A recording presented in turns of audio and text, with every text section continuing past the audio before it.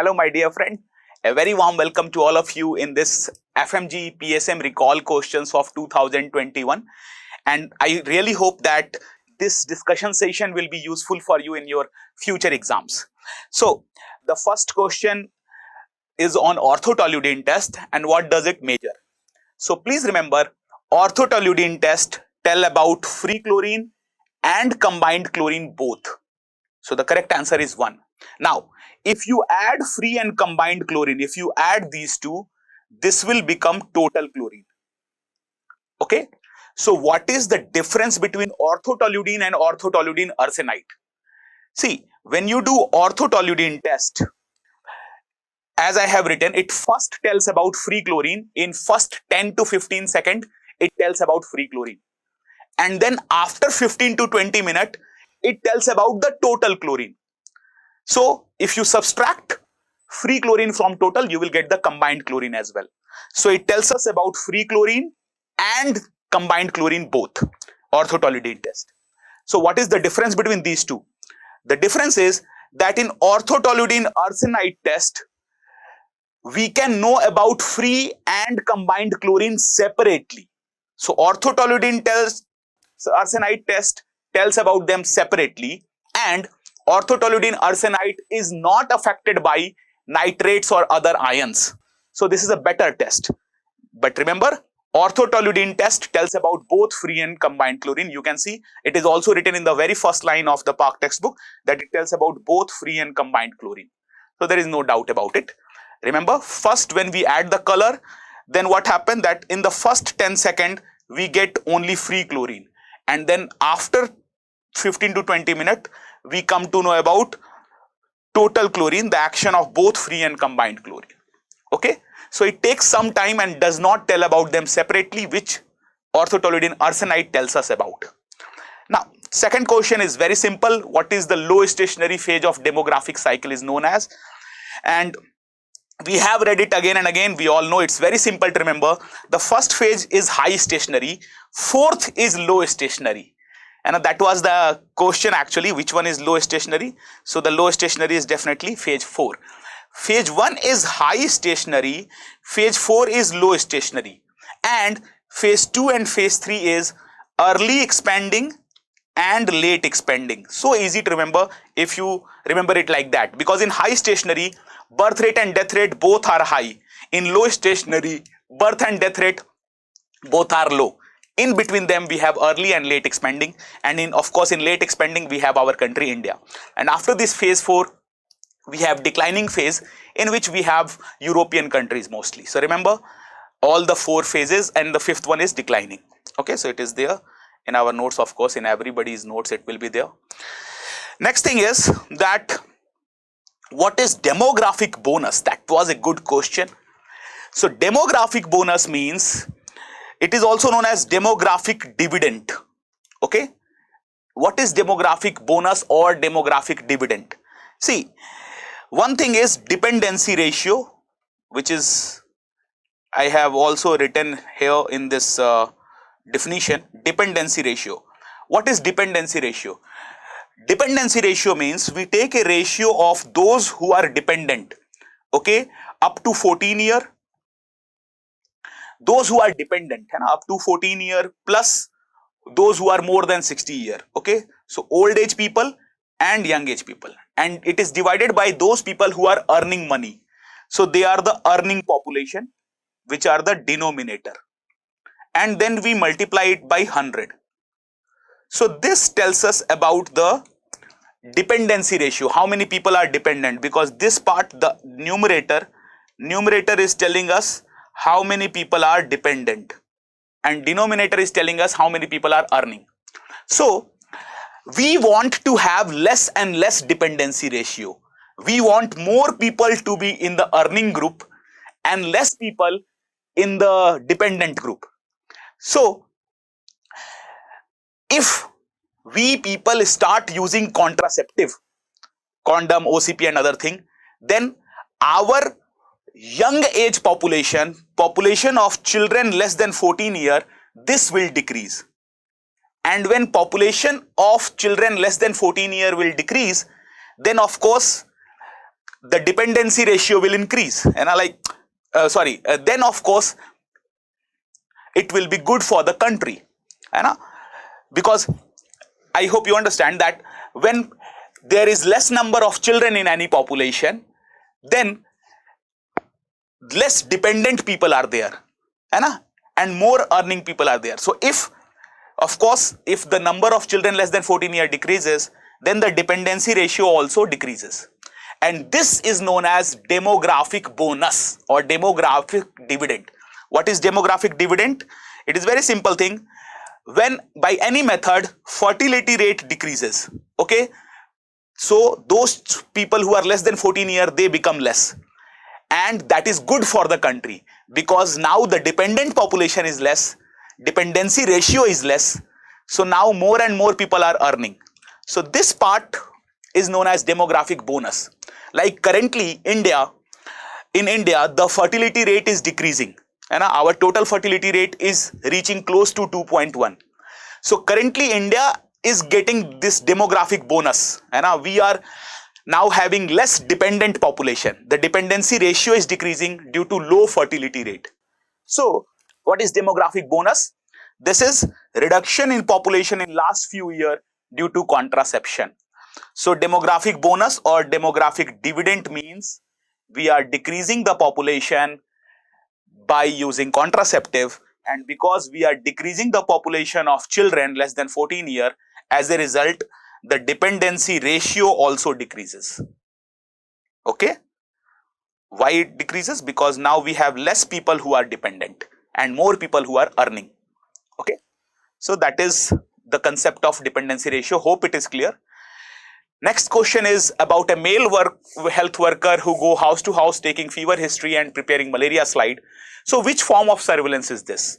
Of course, when you go into the house of people and search for cases, this is active surveillance.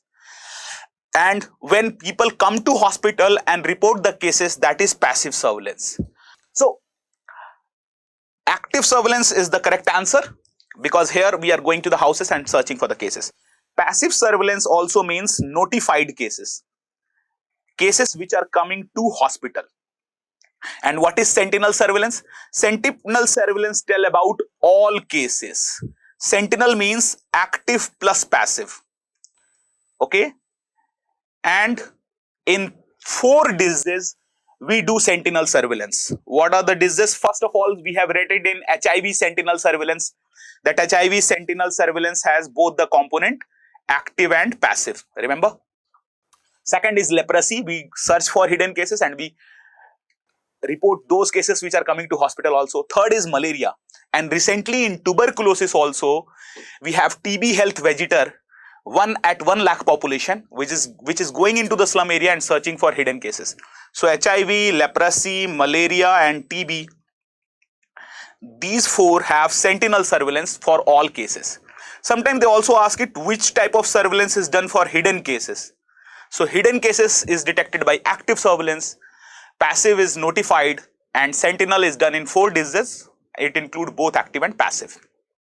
Of course, we all know this thing that the male health worker, which is also known as multi-purpose worker, he makes the slide, he visit every house, and once in 14 days, he have to visit every house in the village and make malaria slides from fever cases. That is active surveillance. Okay. Next question is on the concept of open vial policy. They have 2 vaccines, MR and pentavalent. So which vial you will keep for future use, which you will discard? Remember, all the vaccines with T, all vaccines with T. For example, of course, DT, DPT, TT, pentavalent, these all are vaccines with T, plus hepatitis B vaccine, plus OPV, plus IPV, plus pneumococcal conjugate vaccine. These are all the vaccines which follow open vial policy. What do you mean by open vial policy?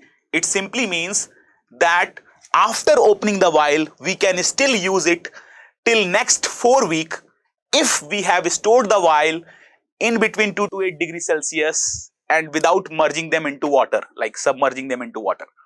So we can keep using it till next 4 weeks. So out of all the options, out of MMR and pentavalent, because pentavalent has tetanus and all, so it does follow open vial policy.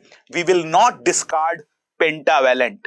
Pentavalent will not be discarded. So what we will discard? We will discard MR or MMR, or any vaccine other than these vaccines will be discarded. Okay. And also remember that all these vaccines with this T, these can be kept in freezer. These can be kept in freeze dried state. So when we take out from the freezer, then we do sake test and detect whether they are viable or not. Okay. But remember, we will reject all vaccines other than this. This is also from the notes. We, of course, IPV, pneumococcal conjugate, hepatitis B, OPV, and all the vaccines with T, these follow open vial policy. So we will not reject these vaccines. We will reject other vaccines and we will not keep them in our storage. We will reject them after opening them. Now, next question is, they say that there was a question directly from which vaccine follow open vial policy? Of course, pentavalent. And either of the two question was there in the exam. Pentavalent follow it. BCG, JE, MMR, they all do not follow open vial policy. Now, next question. There is a worker working in cardboard manufacturing firm and is at risk of developing. So, no one among us have read about cardboard factory. It is not taught by any teacher in any notes. But we have to apply our common knowledge and we have to think that cardboard manufacturing firm is almost similar to sugarcane meal worker, because sugarcane meal worker, when they work, they, due to release of thermoactinomycetes fungus in the air, it causes bagasosis. And cardboard material is very much similar to the material of the upper layer of the sugarcane, and it has also the chance of going into the respiratory tract and causing bagasosis like infections. Okay, bagasosis like pneumoconiosis. So the correct answer is 100% bagasosis, because we all know that bicyanosis is for cotton. Cotton means cloth factory.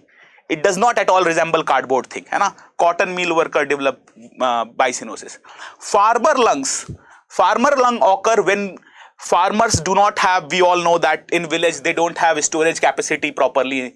So many a time farmers have to store their grain in the houses, and when they take their grain stored in their houses to market and other places, due to storing the grain in poor conditions, they get wet. And many a time some fungus like micropolyspora, fini and other thermophilic fungus, they grow on this crop of the farmer, and when the farmer is taking this crop to the market, these fungal spores and all, they go into the air and they cause pneumoconiosis in farmer, known as farmer lung.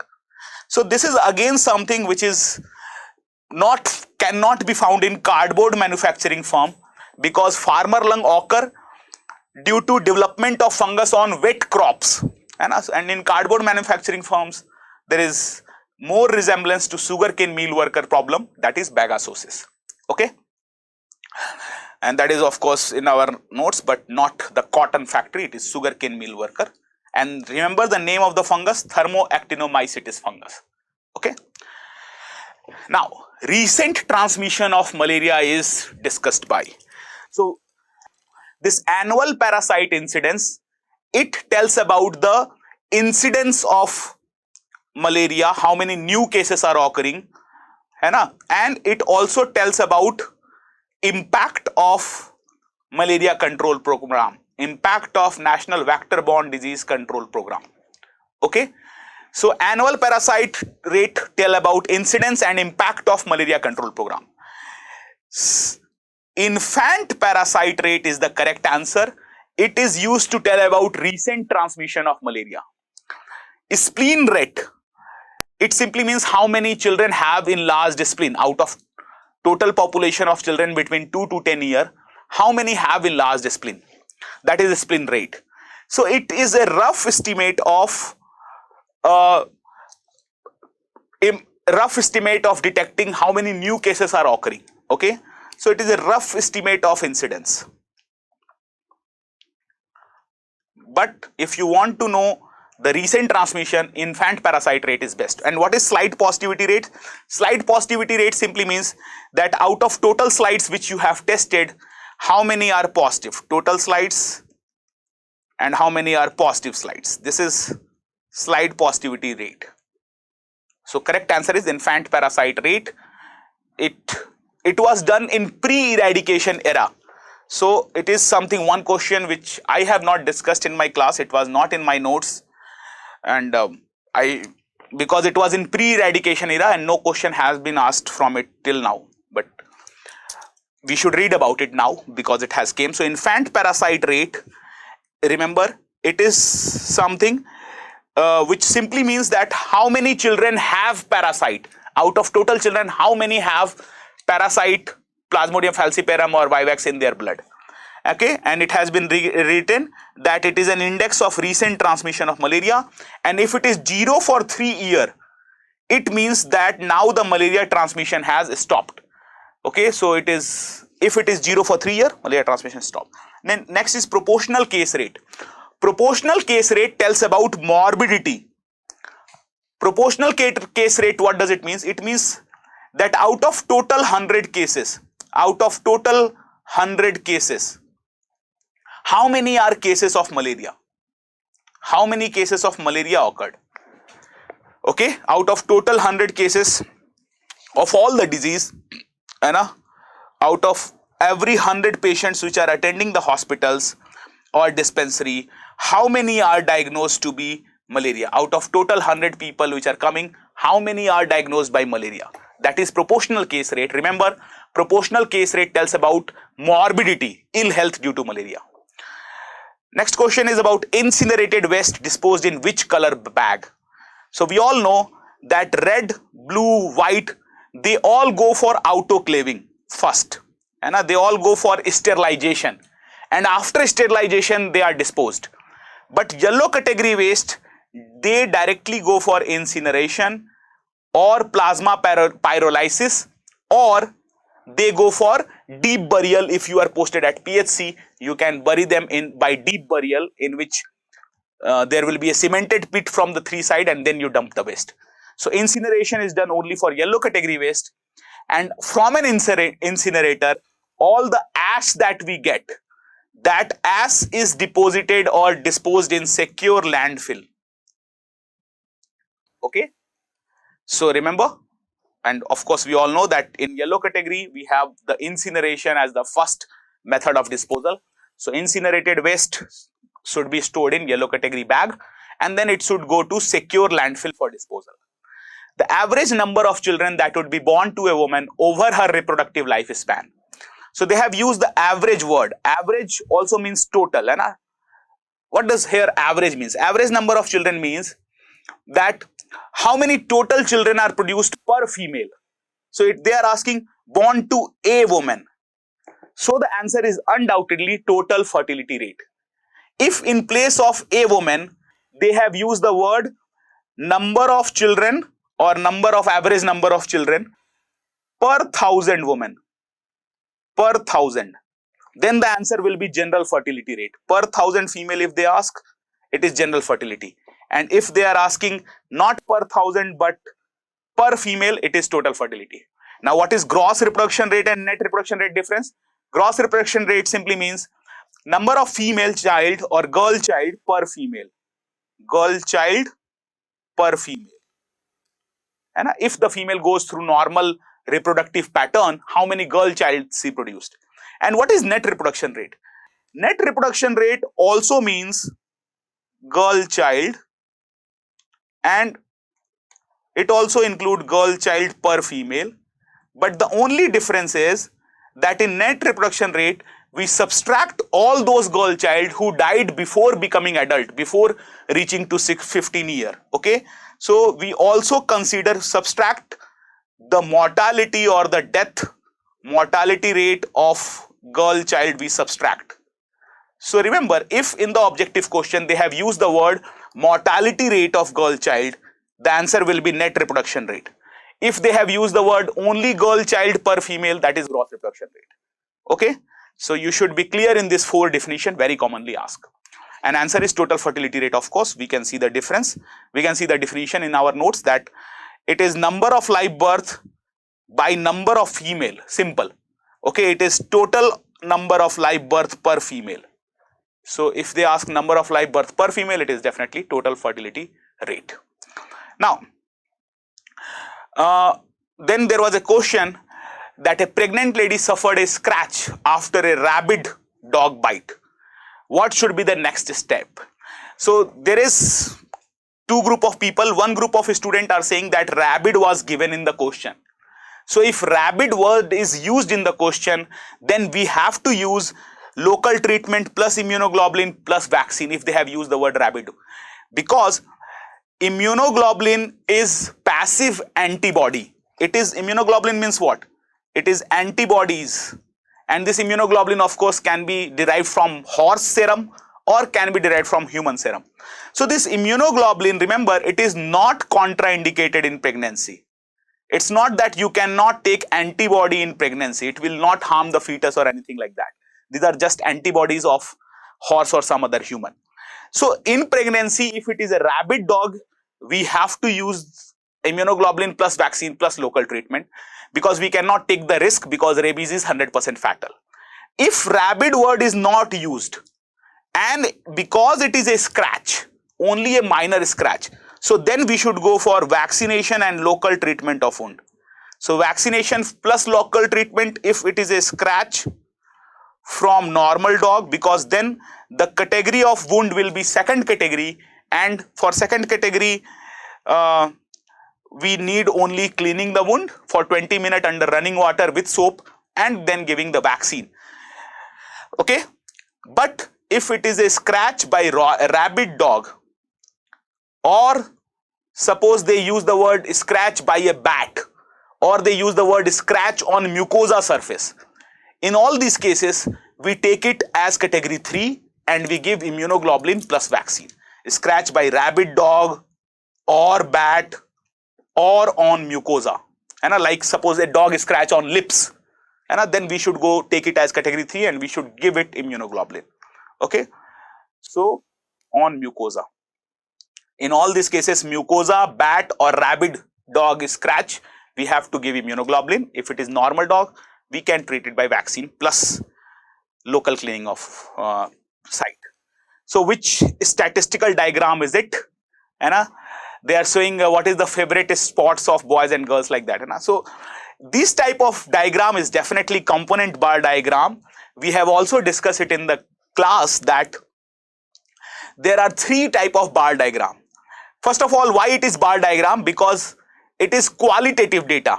Whether you like football, hockey or not, whether you are a boy or a girl, these all things are qualitative, and it's just categorical. So here, one thing is that suppose I discussed this example in classes also, that if we are writing the cases of corona, cases of COVID-19, okay, and we are writing it, let's say for Maharashtra, Delhi, and UP, like that, and I am writing it in this way, that first I am writing the cases, and on the top of it I am writing the death.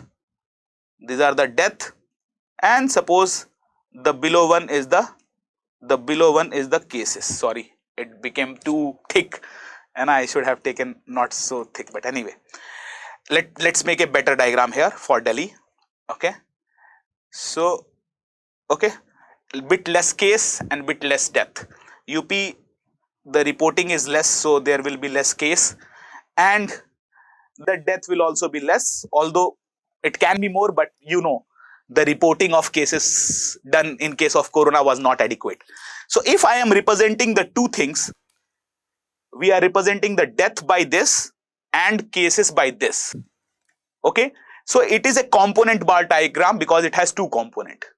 Now suppose I am representing it in this manner, where I am writing COVID-19 cases and I am trying to tell how many cases occurred, and then I am also telling how many of them recovered. Cases and recovered in Maharashtra. Then similarly, I will also tell it for Delhi. Cases, a bit less, and then recovered, of course, most of it. So this type of graph in which I am using 2 or 3 graphs together, that is a multiple bar chart. So this first one is a component bar chart. The second one is a multiple bar chart. Okay. And what will be the example of a simple bar chart? A simple bar chart will have only 2 curves. Like suppose I am writing the cases in Maharashtra and Delhi. Only I am writing the cases, not death, not recovery. So that will be a simple bar diagram. This is a simple bar diagram. Okay. Component when you have 2 things like here, this is component. Okay. And multiple when you have graph like this, multiple bar chart. Okay. Next question is, what is the complication seen in mumps out of the following? Of course, we all know that mumps can cause orchitis and oophorytis.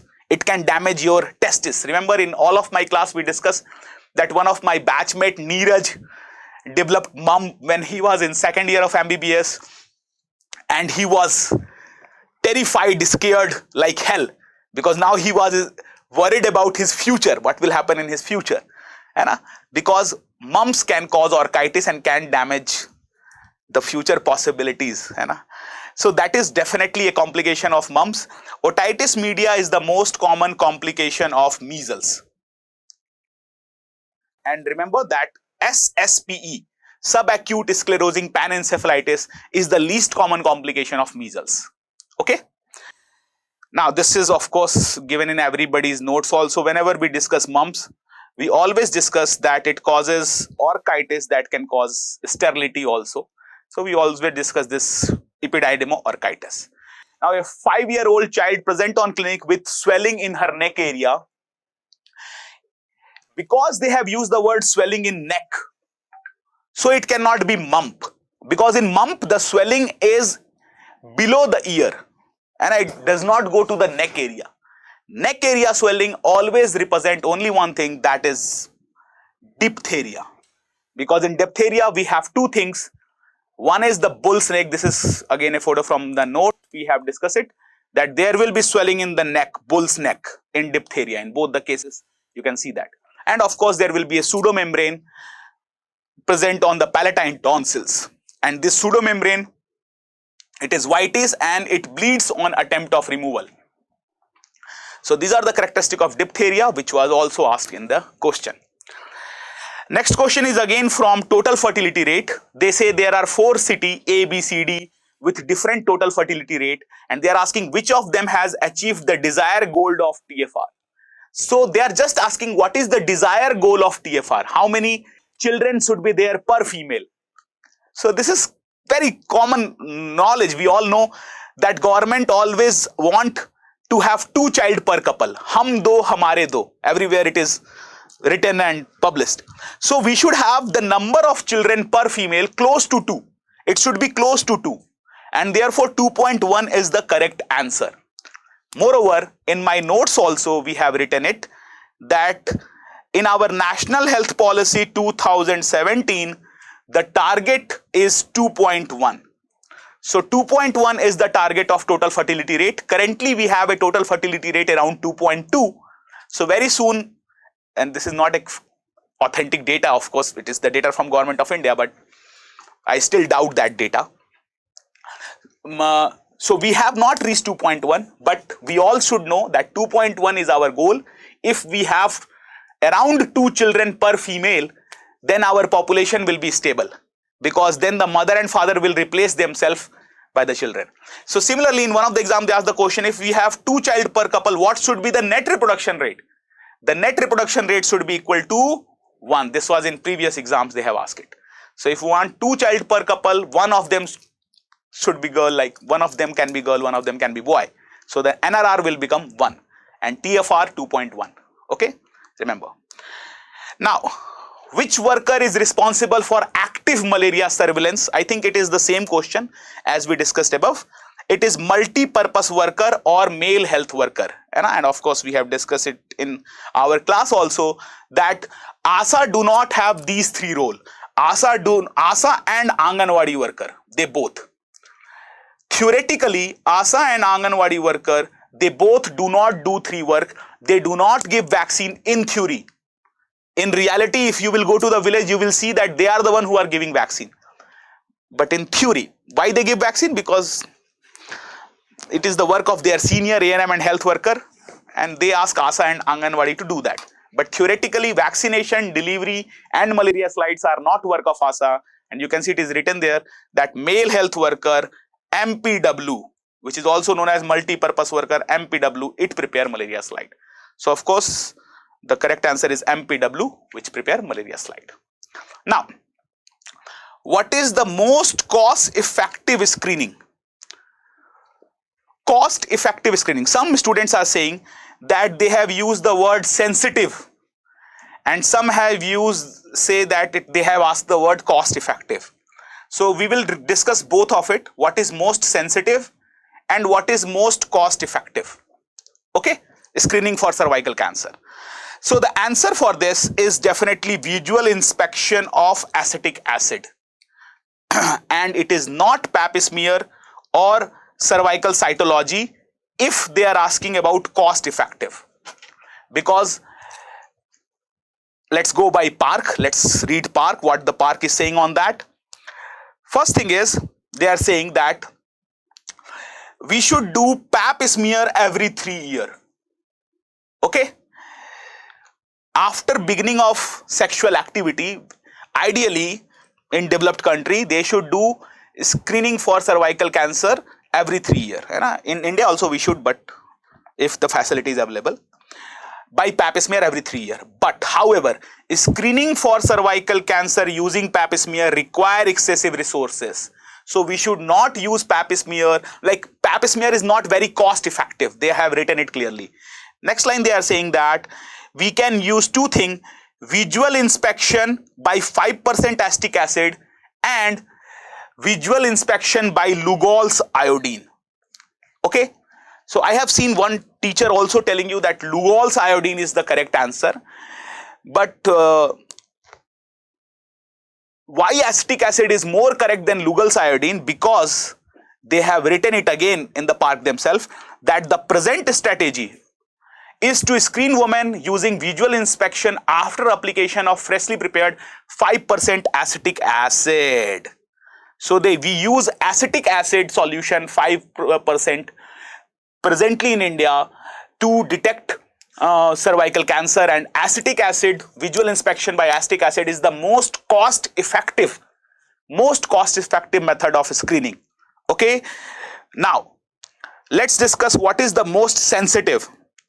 Okay, so the most sensitive is definitely pap smear because it can detect all the cases and there is less chance of missing out, because we are using a cytology based things. So remember, pap smear is most sensitive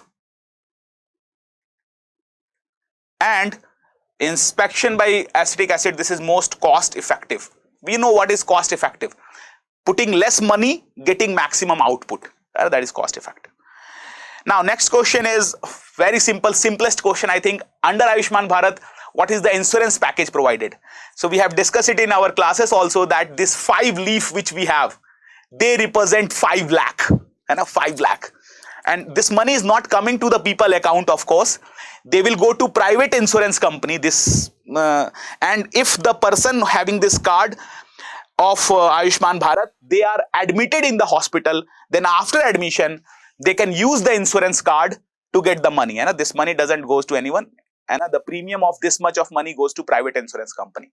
So remember, very simple, it is 5 lakh rupees which is given in Pradhan Mantri Jan Arogya Yojana. And remember that in Ayushman Bharat, we also have one more part, that is Health and Wellness Center. What is Health and Wellness Center? They are saying that this 1.5 lakh PHC and some sub-center will be converted into Health and Wellness Center, where the facility of yoga, mental health and non-communicable disease treatment will be given to the people. Okay, so it's just a renaming program, not much fund has been given to it, but still remember Health and Wellness Center in place of PHC sub center. Okay, and in Ayushman Bharat we give 5 lakh rupees to economically weaker section who are earning less than 10,000 rupees per month.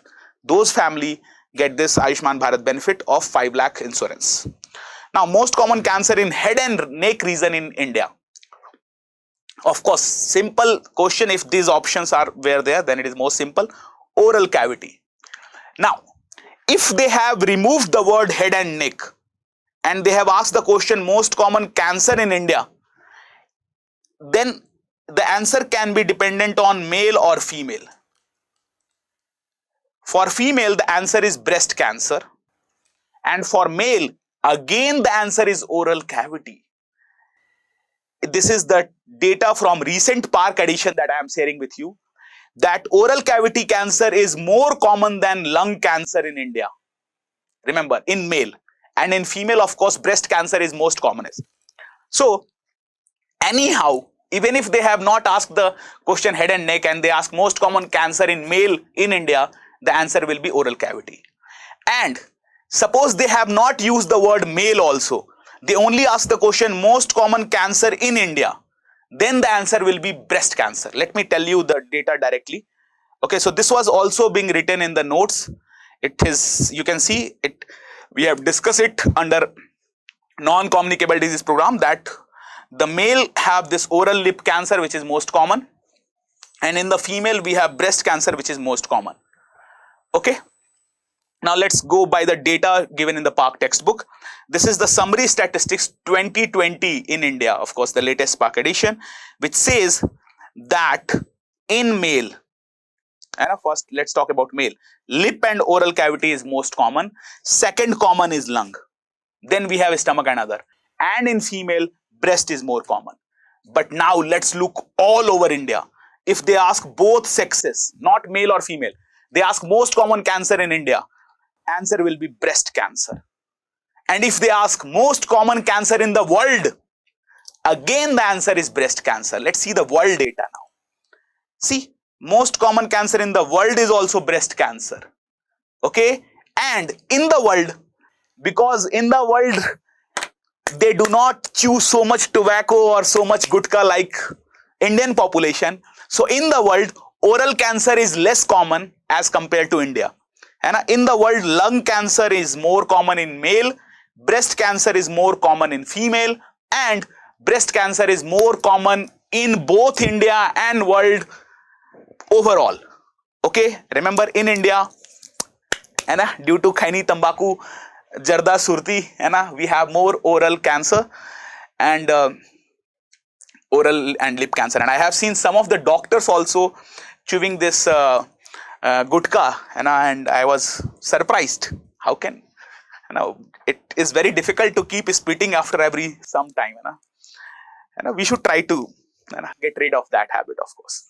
Now, school health is a responsibility of sub-center, PSC, CSC, medical college. Difficult question, but if you have read it in the notes, we have always discussed under I program also and under school health program also, that this vision center which is present at PHC, this vision center at PHC looks for a school health program, because we know that in eye health programs there is vision center, service center, training center, center of excellence. VSTC is the mnemonic. So this vision center which is at PHC and which should be 20,000, this is the one which looks over school health program. Okay, so remember school health program is looked by vision center which is present at PHC. So the correct answer was definitely PHC. Okay, after vision center we have the service center in which we have which is present at CHC and which has 2,000 expected number. Then we have training center at medical college and center of excellence also at medical college. Training center will be 200 and center of excellence will be 20, 110 less. So this is there. Now, a question which was also asked in the previous exam, which of the following is not a component of primary health care? So the 4 pillars are there.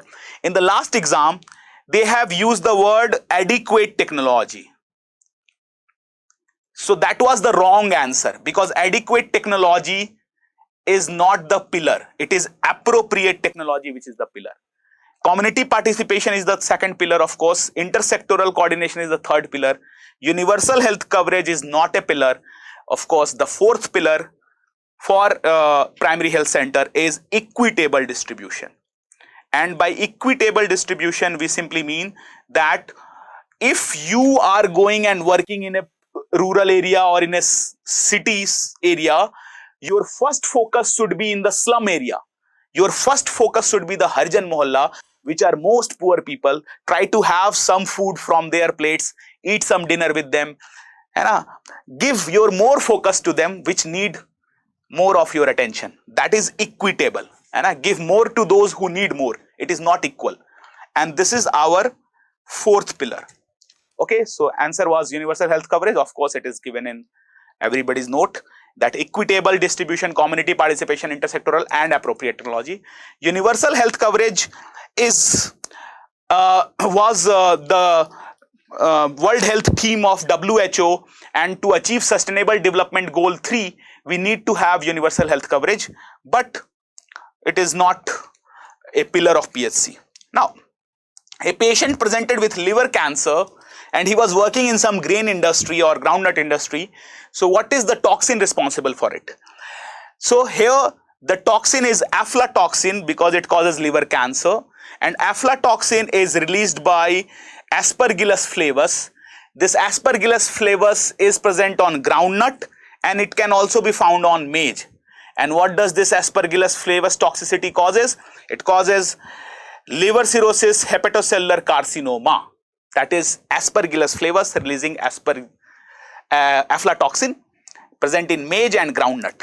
Now, one more type of toxin is ergotoxin, which is released by wheat and rye.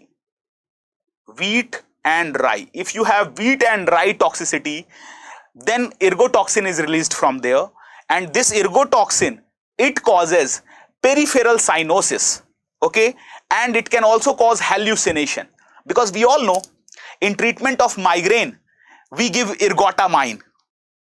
So that ergotamine causes vasoconstriction and decreases the pain of migraine. So similarly here also this ergotoxin causes this capillaries constriction, and it can cause cyanosis, necrosis, and in some stages it can also cause hallucination. So because in the question they have used the word liver cancer, so no doubt the answer is aflatoxin. Of course, we all know that sanguarine is responsible for epidemic dropsy. Okay, and in epidemic dropsy we have bilateral pitting edema. So you can very easily remember it by imagining that you are sleeping with someone of your dream. Okay, so if you are sleeping with someone of your dream, of course there will be, sleeping is sanguarine. Sang means together, in Hindi sang means together. So imagine you sleeping with someone of your dream, so you are together, sang, and there is, of course, when you sleep there is dropping of eyelid, and there will be also pitting edema, dropping type of thing. If you sleep for a very long time, because you are sleeping with the girl of your dream or the boy of your dream, you will sleep for a longer time, and when you will wake up there will be puffy face or something like that. So that will be pitting edema, you can see. So dropsy, pitting edema, sanguarine. If you remember this by this interesting mnemonic, you will not confuse, because pyrazolidine, it causes endemic ascites. So the confusion is between these two things. So we must have to remember sanguarine, dropsy, bilateral pitting edema, and this epidemic dropsy, it occurred due to eating contaminated mustard oil and contaminated with seeds of Argemone mexicana, Satyanasi seeds. Okay, and BOA is of course the neurolethyrism by eating khesari saag. Okay, so these adulterant are important. I am obstructing the abdomen of my friend here. So given condition is due to deficiency of, you can see there is a protruded abdomen, but the child do not seems well, they seems a bit puzzled and irritated side kind of thing. So what is the correct answer? Is it due to only carbohydrate, only protein or both protein and energy? The correct answer is only protein, because it is Kwashiorkor which is only protein. If they have given the image of a marasmic child just opposite to me, a thin child, then the answer will be protein and energy both. But because they have given Kwashiorkor, it is only protein. We have also discussed it separately in the note that, remember, deficiency of protein is Kwashiorkor and both protein and carbohydrate is marasmus. And in Kwashiorkor, we will have protruded abdomen along with fatty liver, very commonly asked. Fatty liver, flag sign. What is flag sign? There will be some brown hair, some black hair, so it looks like flag. And a flag sign, fatty liver, and then there will be irritated child with protruded abdomen. And so these are things in Kwashiorkor. Nowadays, I also have protruded abdomen, but it's not due to less protein. It's due to more eating more and working less. But anyway, it will go away soon, I'm very sure. So remember, this 4 thing: fatty liver, flag sign, irritated child, not interested in eating, Kwashiorkor, which is only protein. Now, a 30-year-old person coming from China suspected of COVID-19, which of the following you do? Of course, we will do RT-PCR. Even if they have given rat or something like that, it is not investigation of choice. We will do RT-PCR. We have discussed it in our classes again and again. We all know that RT-PCR should be done for corona. First step to be done for immunization survey. So if you are doing immunization survey, what do you want to know? You want to know how many children are vaccinated. So what you will try to know first? First you will try to know how many children are vaccinated in last year. So by that you can know whether the immunization is going well in that area or not. Okay. And how we do vaccination survey?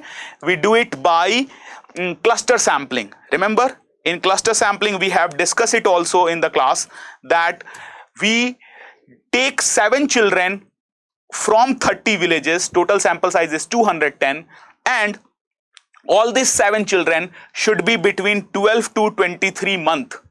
We go to their houses, and when we go to their houses, we ask the mother that how many vaccines the child has received. Can you give us some card or something to know? So first question we ask always is, how many children are vaccinated? We ask this question, of course, from the mother, and we do it universally in the same way. So the correct answer is, for any immunization survey, first thing we have to know how many children are vaccinated by asking this question from their mother. Now, doctors doing work and extracurricular activity. And like, suppose you are working in a hospital as a doctor, but you are also attracting patients. You are also doing the work of marketing, or you are also doing the work of counseling. And these all are extracurricular activity which you can do. Or you are also maintaining the drug storage facility. So these are extracurricular activity which you are doing. Now, if a study is planned to know the future requirement of doctor, future is hidden, but anyway, this is future requirement of doctors. You want to know that, you want to know which doctor should be selected for your hospital. How will you know that? So let's go one by one. What is cost benefit analysis? Cost benefit analysis means you will try to find out, okay, this much money I give in the input, and in the output, how much money I will earn. This is cost benefit. Cost effectiveness means you will try to find out, okay, this much money I will put for that doctor salary, and what is the output I will get. Output means not output in terms of money, but output in terms of quality of work, output in terms of number of lives saved, or number of life improved and all, and a life saved.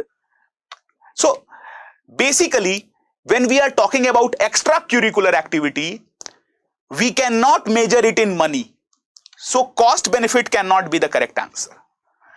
But we can measure it in effectiveness. Effectiveness means number of life saved or number of life improved. What is the overall advantage? So cost effectiveness can be correct, but it is not talking about only one doctor who is doing such extracurricular activity. out of 10-20 doctors, some doctors are doing extracurricular activity. So it means what you have to do is you have to compare cost effectiveness of two or more program or person. There are many doctors which are present, and out of those doctors you have to compare which one is more cost effective. So we can do it by system analysis. System analysis tells us how to compare the cost effectiveness of every doctor, and then the doctor who is most cost effective will be selected. That is, cost effectiveness analysis of two or more person is done by system analysis. So the correct answer is system analysis. Why not network analysis? Because network analysis is very simple. We plan our time before taking action, and we have PERT and CPM under it. In PERT, we plan our time before taking action. Like before going to exam, you plan, na, okay, this many subject I have to revise, this many, like that. So all this is PERT. And CPM means critical pathway method. We must give more time to the work which is longer and more time taking. For example, you should give more importance to medicine and surgery, which is more time taking and all for your exams. So that is CPM. I have also, of course, discussed it in the class that cost effectiveness analysis means input in money and output in life saved, and system analysis means comparing cost effectiveness of two or more program or intervention with each other. So we are comparing many doctors based on their work and extracurricular activity. So the answer is system analysis. Next question is about a man who traveled to Assam and then returned back. So he is confirmed to be having Plasmodium falciparum. What treatment you will give? So if he is in Assam, it means he belongs to northeastern state. And in northeastern state, artesunate is resistance. So we give artemether plus lumefantrine plus primaquine. But primaquine is given only on day 2. On day 2.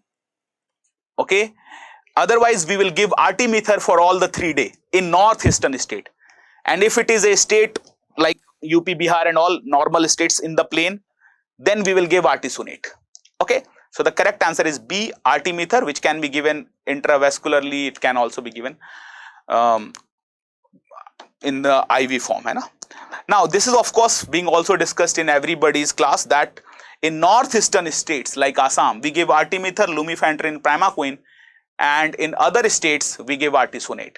So the correct answer is definitely artemether. Now, previous exam they have asked that if someone is coming back from an area endemic for malaria, for how long they should continue taking malaria chemoprophylaxis. So remember, suppose someone came from UK, England to our India again. So this time if they come, because UK and European country are free from malaria, so they will start taking chloroquine or doxycycline or atorvastatin, other chemoprophylaxis drug, and they will continue the chemoprophylaxis drug for 4 weeks after going back from endemic country. Even after going back from India or endemic country, they should continue taking this tablet of chloroquine or doxycycline or atorvastatin till next 4 weeks. Okay, remember that. Now, next question was based on case control study. A study was done to know the risk factor of obesity. Why we are developing this pregnancy? Why we are becoming fat? So this is a case control study. So what should be the two groups? Very simple. Because it is a case control study, so in the group, one should be the case, one should be the control. What do you mean by case? Case means those who have disease. Control means those who don't have disease. So in case control study, we always start with disease and no disease. Now, when I say exercise, no exercise, exercise is not a disease. And even if you are not doing it, it is not a disease. So exercise is an exposure. Similarly, eating online food, not eating online food, that is also exposure. Smoking, non-smoking, that is also exposure or risky behavior. So all of these three, they start with exposure. and cohort study is the one which start with exposure. So all of these three are wrong because they are starting with some risk factor or exposure, and a cohort study start with exposure, but a case control study start with disease. So we will start with one group who are obese, one group who are not obese. The answer is C.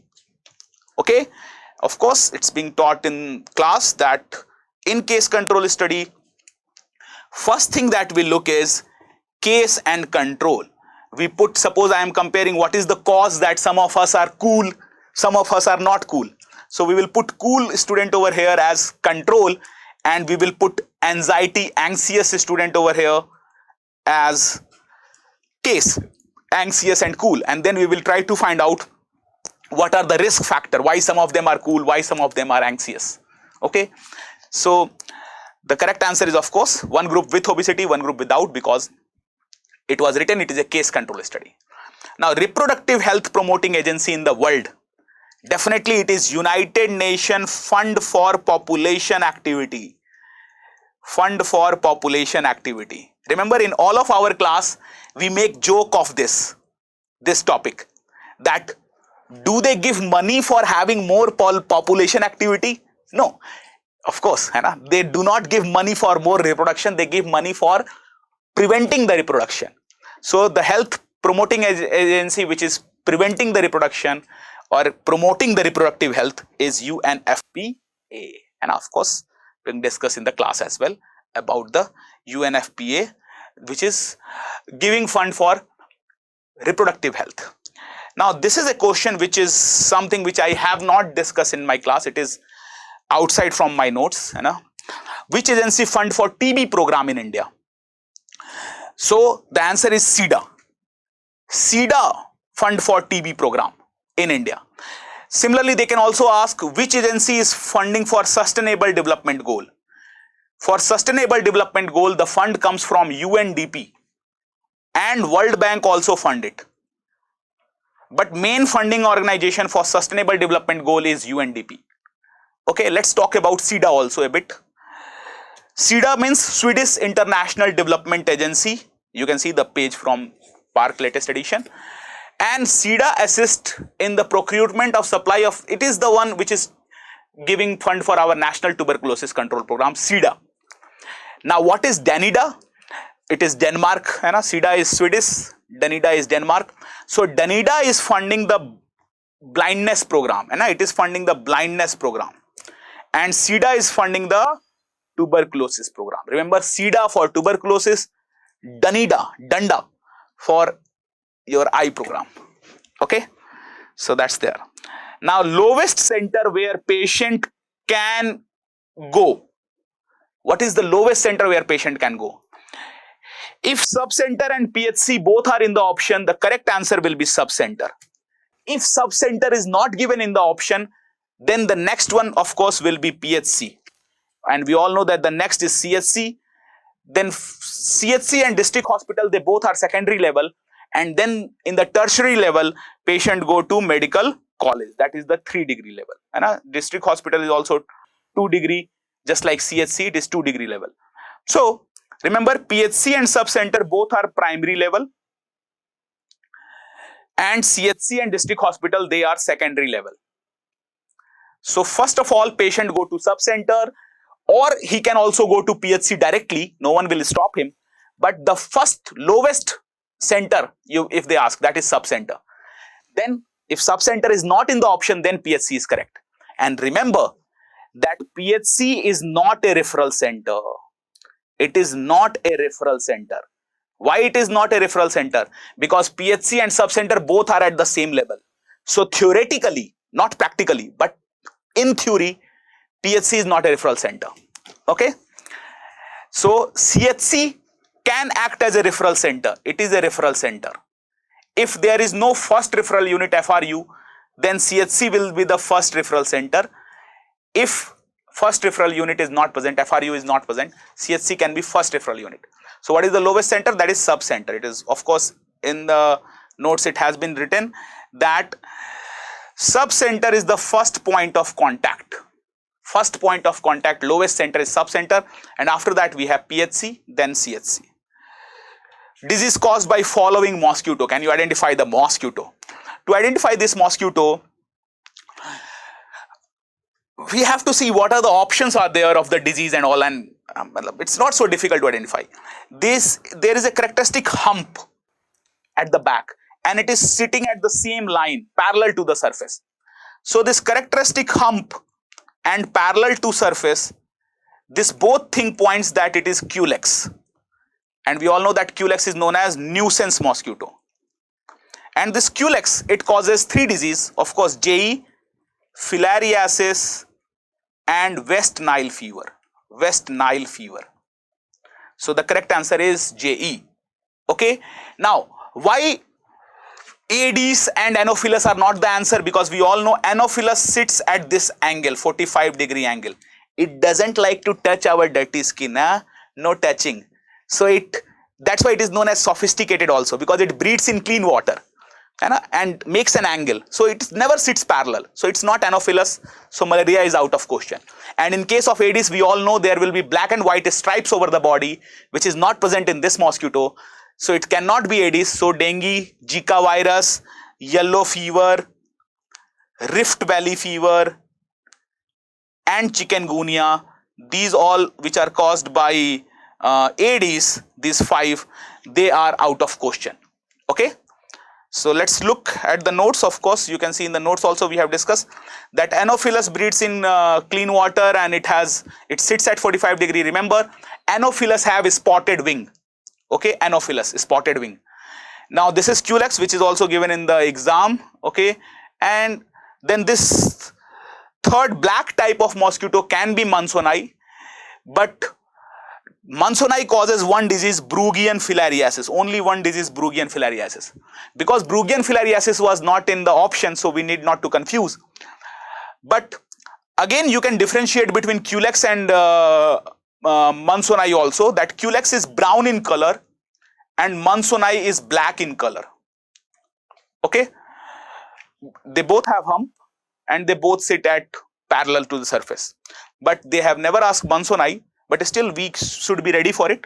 If they give the black color mosquito like that, that can be Mansoni. So thank you very much for listening this discussion. Hope you enjoyed the discussion, and I really hope that these questions can be useful for you in your future exams. Thank you very much for listening. Hasta la vista. Das vidania. Bye bye.